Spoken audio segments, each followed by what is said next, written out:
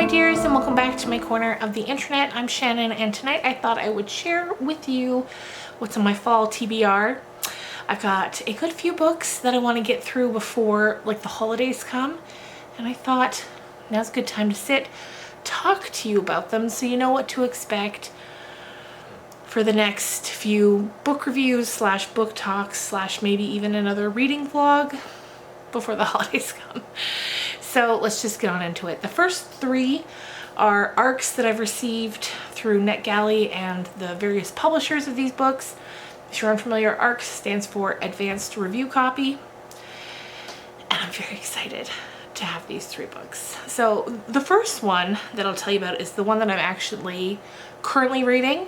So that'll probably be the first review that goes up after this video. But let me just read you a little blurb about it here. So first of all, it's called The Cloisters by Kathy Hay, and it's actually her debut novel, which is very exciting. I always love reading debut novels. There's something special about them.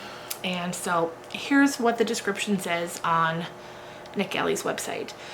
It says, the secret history meets Ninth House in this sinister, atmospheric novel following a circle of researchers as they uncover a mysterious deck of tarot cards and shocking secrets in New York's famed Met Cloisters.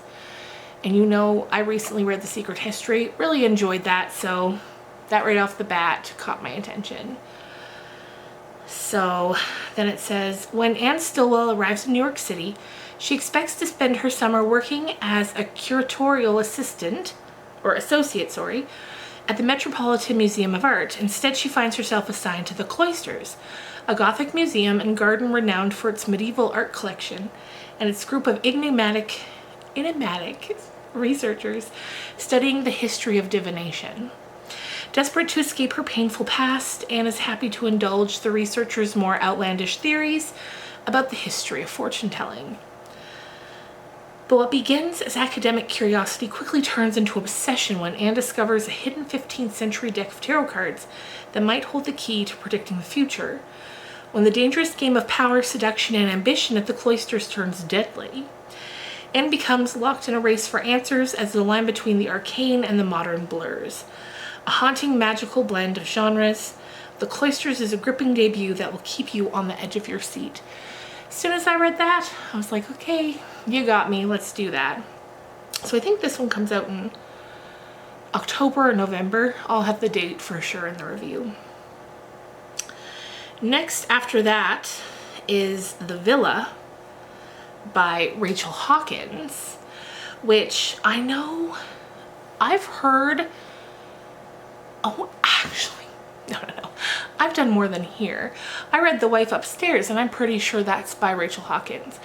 I think in an earlier video I said I had never read anything by her, but that's false. The Wife Upstairs, I'm pretty sure, was written by her. And that was a Jane Eyre retelling, and I enjoyed it. I think I gave it 4 stars. Anyway, so this one is The Villa, and this comes out, I think, in January. And it's a thriller. So let's see what it says. As kids, Emily and Chess were inseparable, but by their 30s, their bond has been strained by the demands of their adult lives. So when Chess suggests a girl's trip to Italy, Emily jumps at the chance to reconnect with her best friend. Villa Aestas in I'm going to butcher all these words, I'm sorry. Villa Aestas in Orvieto is a high-end holiday home, but in 1974 it was known as Villa Rosato and rented for the summer by a notorious rock star, Noel Gordon, in an attempt to reignite his creative spark.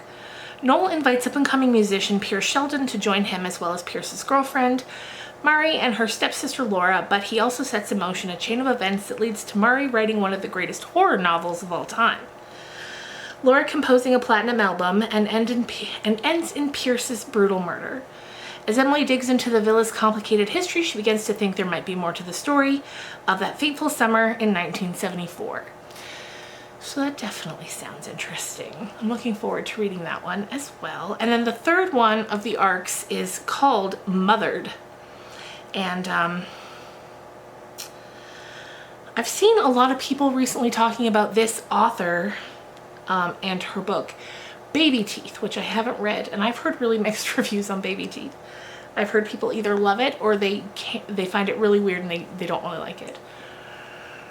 So I was interested. As soon as I saw Mother It Up for Grabs, I grabbed it, and or I tried to grab it, and then they approved me for it. But let's see what it says here.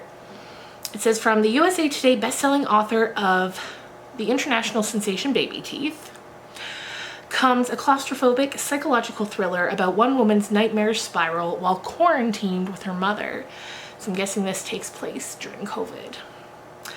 Grace isn't exactly thrilled when her newly widowed mother Jackie asks to move in with her.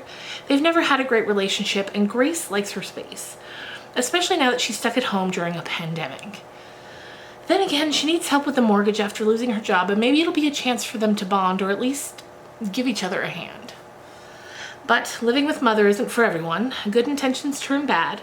Soon after Jackie moves in, old wounds fester, new ones open. Grace starts having nightmares about her disabled twin sister who died when they were kids. And Jackie discovers that Grace secretly catfishes people online, a hobby Jackie thinks is unforgivable. Like already, I'm like, okay. When Jackie makes an earth-shattering accusation against her, Grace sees it as an act of revenge, and it sends her spiraling into sleep-deprived madness. As the walls close in, the ghosts of Grace's past collide with a new but familiar threat, Mom. So I was like, that sounds fun. So I'm looking forward to that. Then, aside from the ARCs, there are a few books that I'm really looking forward to reading.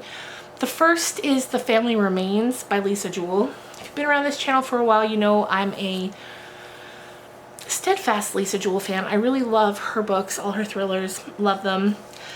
This one's been out for a while and I haven't picked it up yet. And by a while, I mean like a month or two.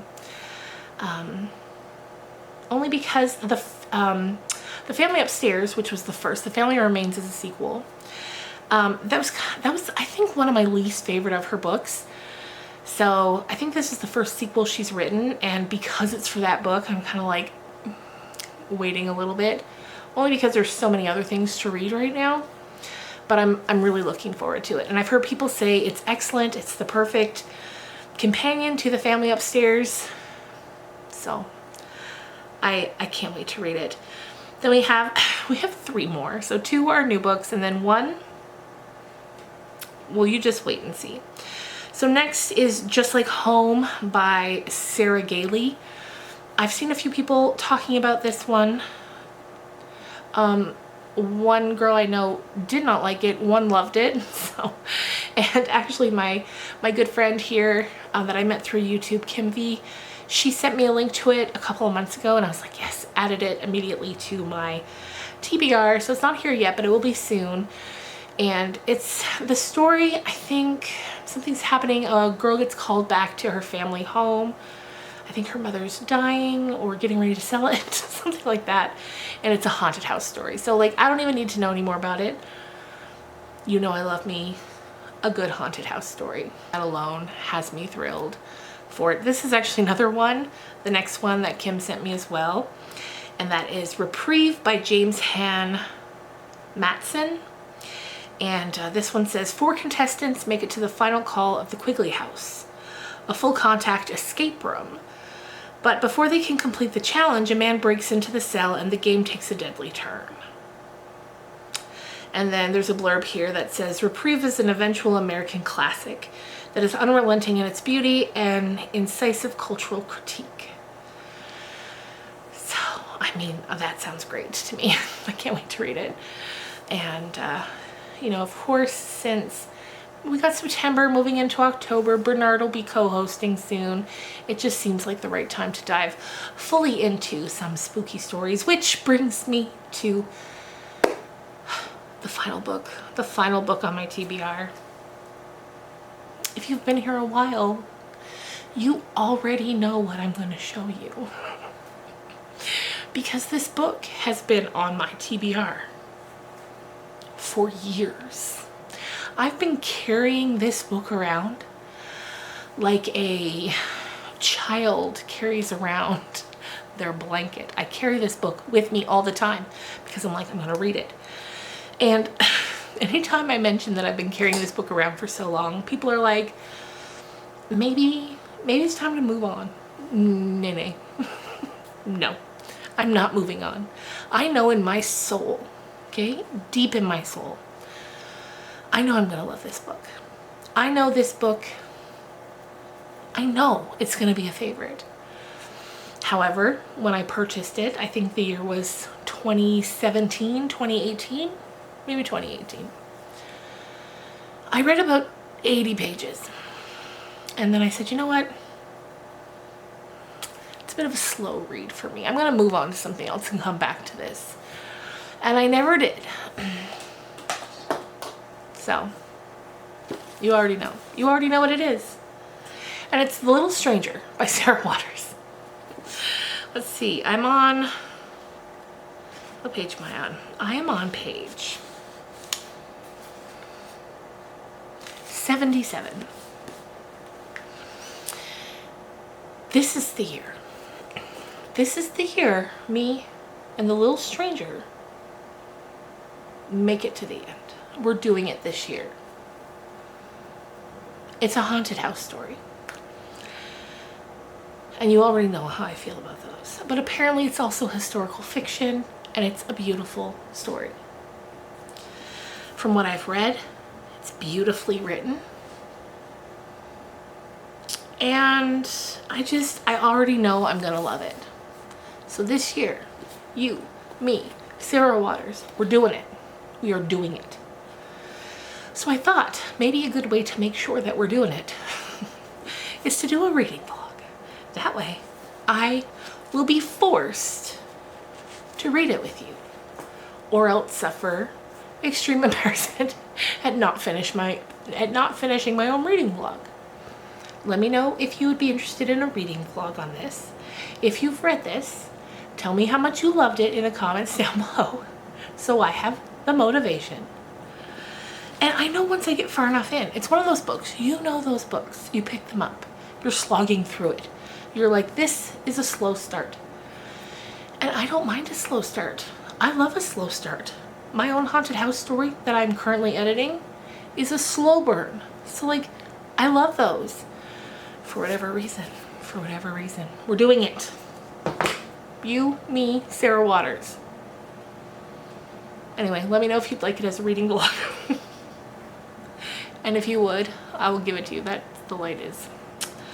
If not, I'll just do a book tag. But I think I'd like to do a reading vlog on it, so if you're interested, let me know.